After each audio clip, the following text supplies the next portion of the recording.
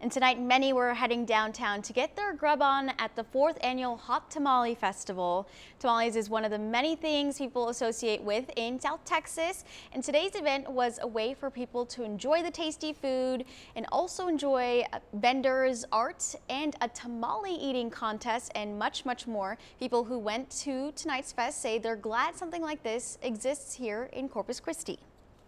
We needed this for Corpus Christi because San Antonio and all Houston and all them, they have their tamale fest, and we've been missing out all these years, you know, celebrating tradition.